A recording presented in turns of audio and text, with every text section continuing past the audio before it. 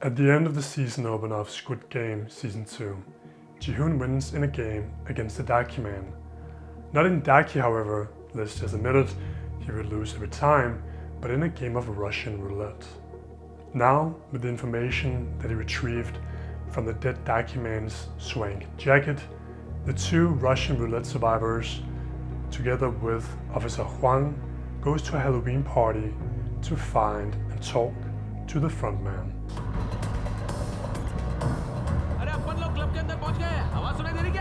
As I talk about in my occult analysis of the first episode of the season, the Daki Man, as the messenger between the organization and the invitees, represents the messenger god of Hermes. Hermes is also known as the psychopomp, the one to guide the dead into the underworld. It is therefore interesting that it's the information that Ji-hoon retrieves from the jacket of the Daki Man that leads him to the front man who appears at a Halloween party.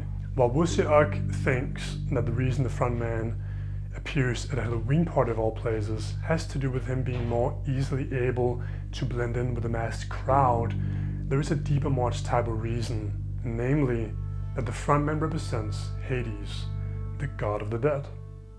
Indeed, when Ji-hoon thinks that he has spotted the frontman on the busy dance floor, it turns out to be a reveler, dressed in the scythe-wielding Grim Reaper outfit. Now this is very significant, since the Grim Reaper as a personification of death could also be said to be a personification of Hades, the god of the dead. In the Squid Game, the players could be said to already be dead once they decide to go to the games. A decision that takes them on a journey that is strikingly similar to the journey that the dead in Greek mythology take as they journey into the underworld, where they are taken by a boat over the river Styx. Once they have decided to go there, they are drugged and driven by vans to a harbor from which they are ferried across the ocean to an island from which they won't return. In ancient Irish and Celtic mythology, the dead were said to travel to an island out west where the dead stayed between lives. However, during Halloween, which is a very ancient 5,000 plus year old tradition amongst the Celts and ancient Irish, it was held that the veil separating this world, the physical world, and the other world was very thin, allowing humans to perceive otherworldly beings and interact with them. It was a time fraught with danger and full of fear, because amongst the otherworldly beings that entered our world from the other world were malefic entities. We see this terrifying scenario play out in the episode when pink staff that we are used to only seeing on the island enter the nightclub. Woo Se-ok is tasered by a triangle masked soldier, while a square masked manager approaches Ji-hoon on the dance floor, takes him through the club into the only staff area and into the back alley where a white limousine is waiting for him. Just as witches and occult practitioners for thousands of years have used this liminal space of Halloween to communicate with gods and demons, so Ji-hoon enters the limousine and has a conversation with the frontman, the very limousine that returned him from and now brings him back to the underworld of Squid Game. Before he makes the decision to go back to the games, Ji-hoon, knowing that he might very likely die during the encounter with the frontman, goes and checks on Se-buyuk's little brother and Sang-woo's mother for perhaps the last time in what is a heartwarming scene and touching moment for the guardian angel Ji-hoon and us, the viewer.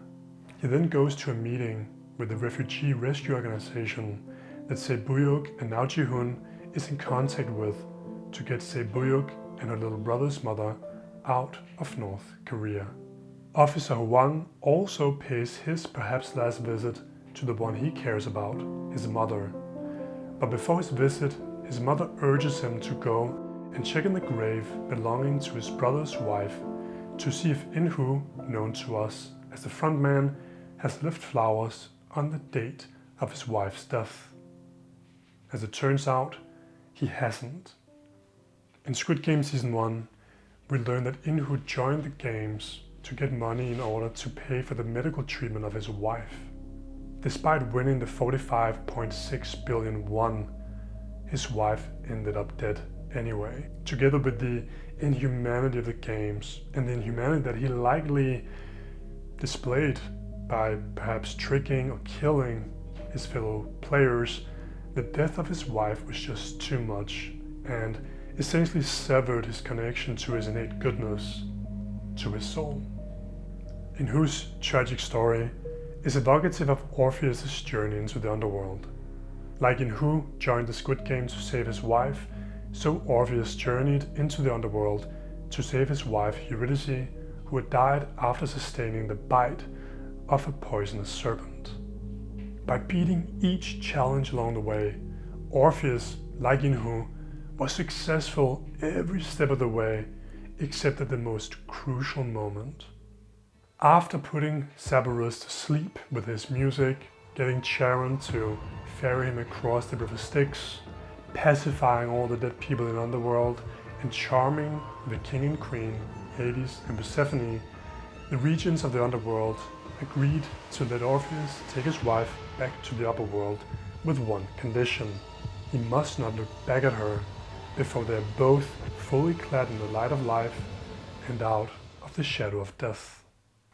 With this condition in mind, the two lovers ascend through the underworld, moving through corridors, chambers, and staircases until the smell of the upper world and the light of the upper world meets them. Orpheus, excited to be once again reunited with his lover, quickens his gait and fails to realize that he's widening the distance between him and Eurydice. Stepping into the light, he turns around too soon, and the last thing he sees of his wife is her face, half in light, half in shadow, eyes wide with terror as she is pulled back into the underworld. Orpheus runs after her, but the gate closes. The reunion that was so close is now infinitely far away. In-Ho must have experienced a similarly gruesome high and low when he, after winning the game, beating every single challenge, still lost his wife. You see, Eurydice was Orpheus' muse, the inspiration for his music, his reason for living. If we look at the 7 strings of his lyre as the 7 states of consciousness of his being, then Eurydice would be Kundalini Shakti, the serpent power that activates and animates every facet of our being, and without whom we are essentially dead. A similar thing seems to have happened to In-Ho, who has become a lifeless version of his former self. As the actor who plays the frontman, Lee Byung-hun, says, 삶에 대한 집착이라는 것이 일단 이미 그에게는 없은 지 오래고, 내가 당장 죽게 되더라도 그것이 커다란 변화가 아닐 수 있는 그런 인물이라고 생각을 해요. 살아있어도 살아있는 것 같지 않은. The epilogue to the tragedy of Orpheus is when a female group of Dionysian followers decide to, either because he rejected their offer to party with them, or because they simply cannot bear the heart-wrenching music that he's playing after losing his wife for the second time, decide to rip him limb from limb. Either way, his head, despite being ripped off his shoulders, keep talking. He has, in other words, become pure logic, pure thought. A similar fate can be seen in the frontman, who has become pure head logic, separated from his heart, from his love, from his soul. I mentioned earlier that it was Apollo, Orpheus' father, who encouraged him to journey into the underworld to save Eurydice. Apollo is the god of light and truth. He is the soulless tree of Tifereth on the tree of life, which, when placed on the human body, is associated with the heart. Tifereth, and thus Apollo, is the sun, the soul, the self. After the second loss of his wife, Orpheus no longer receives advice from Apollo. This suggests to us that he has been cut off from his soul and its guidance. The same seems to have happened to In-Ho, who who has become disconnected from his own soul, and who never really left the Squid Game, never really left the Underworld. And so the victor of the game became the ruler of the game, the eye overseeing the fate of its doomed contestants.